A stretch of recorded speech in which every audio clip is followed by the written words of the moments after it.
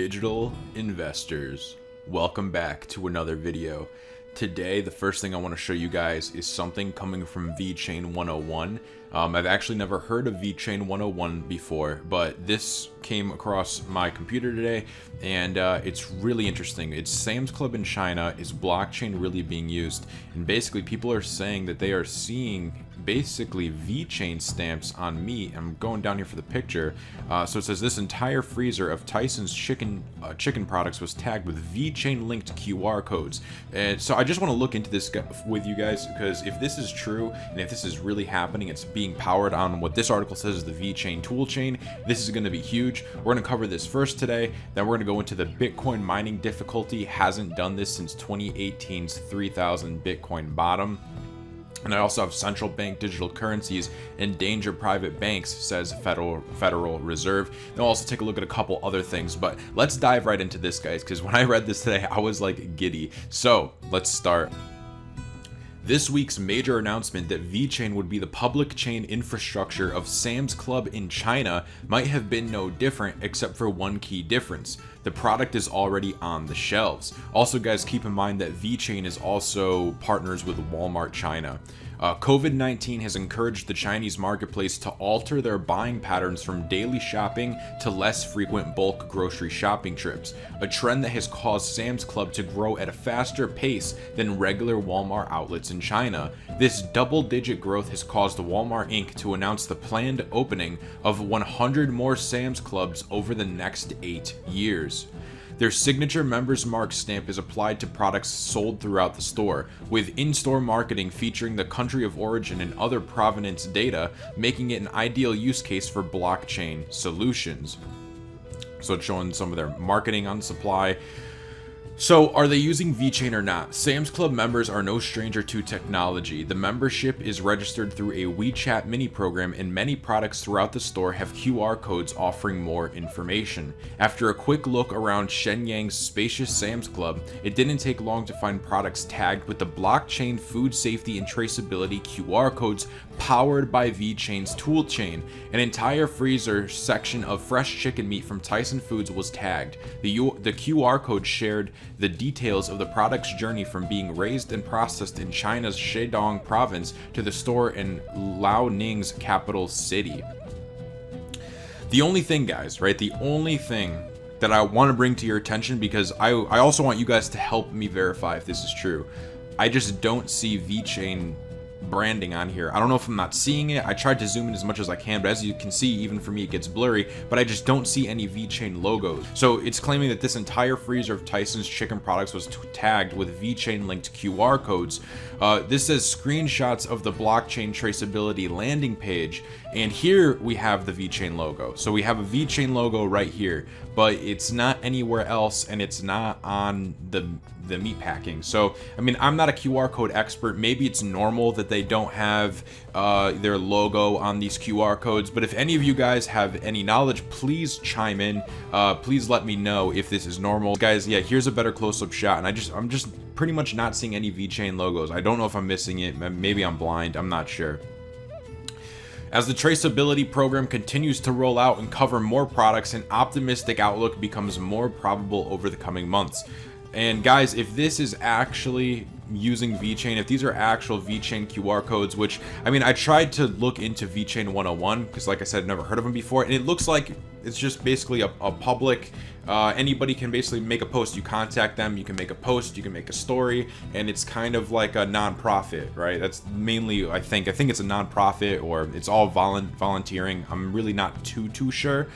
But yeah, guys, if this is true and this is actually happening, and we know VeChain's already partnered with Walmart China, this is huge.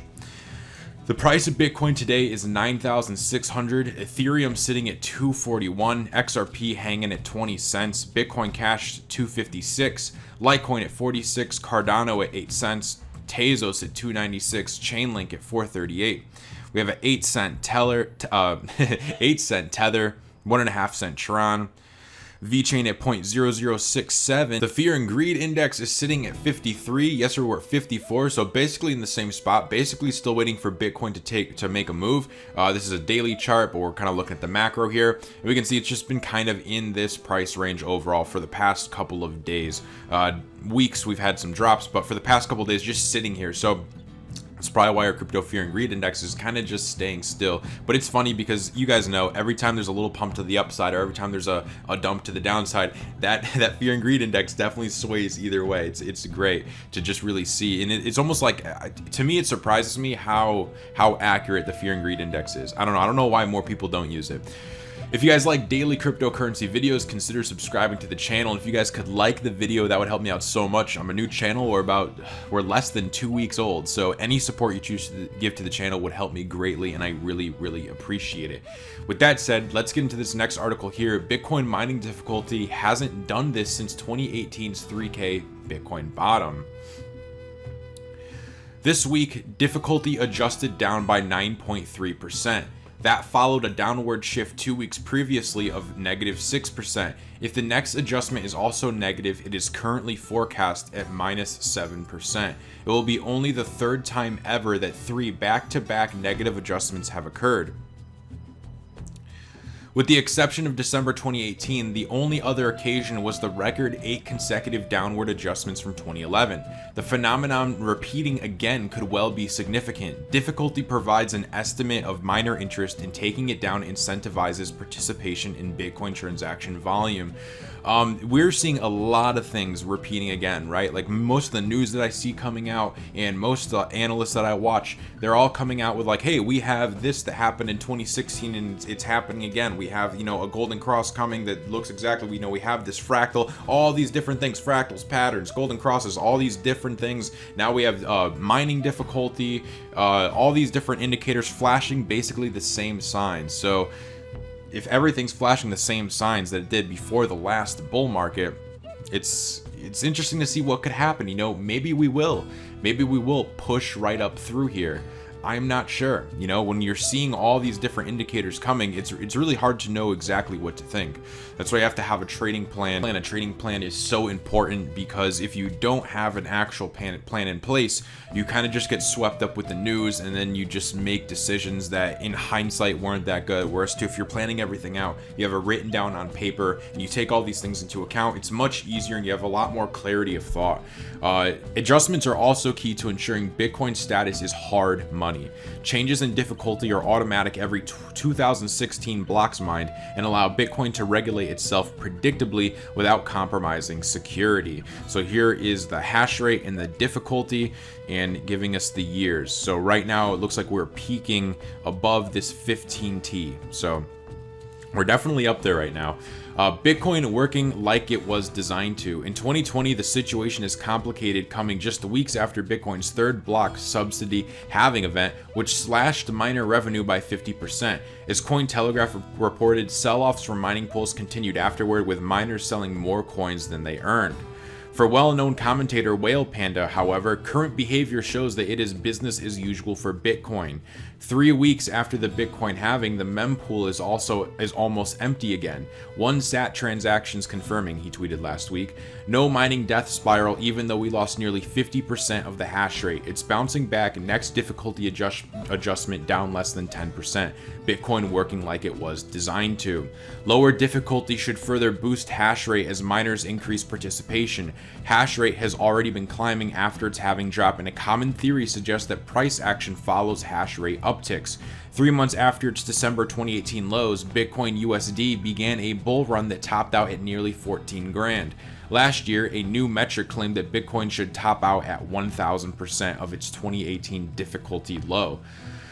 So that's interesting, guys. Definitely interesting. Like I said, all these previous indicators that popped up in 2016 before the previous bull run are popping up again. This was also being said when we were at 3K and getting ready to go to 14K. I remember all this news coming out of like, hey, all these indicators, all these different things, all these different analysts saying, hey, we're about to go up. There's reasons to go up. So it's just interesting to basically see it happening again here. You know, will we break out? I'm not sure. I'm really not sure. Again, guys, I have a trading plan. If we dip, I'm looking for positions to buy in. And if we go up, I'm looking for positions to sell. That way I can't lose. I get to have clarity of thought, and I don't have to get emotional reading things like this. Also wanted to share this with you guys. This is from XRP Yoda, and it's Brad Garlinghouse at FinTech. So I just want to show you guys this. Go for it. The first one's for you. IMF. Do you see IMF holding crypto assets in the future? I did not put that up there. Remember, I'm from the legal department. I'm supposed to be very conservative about these things.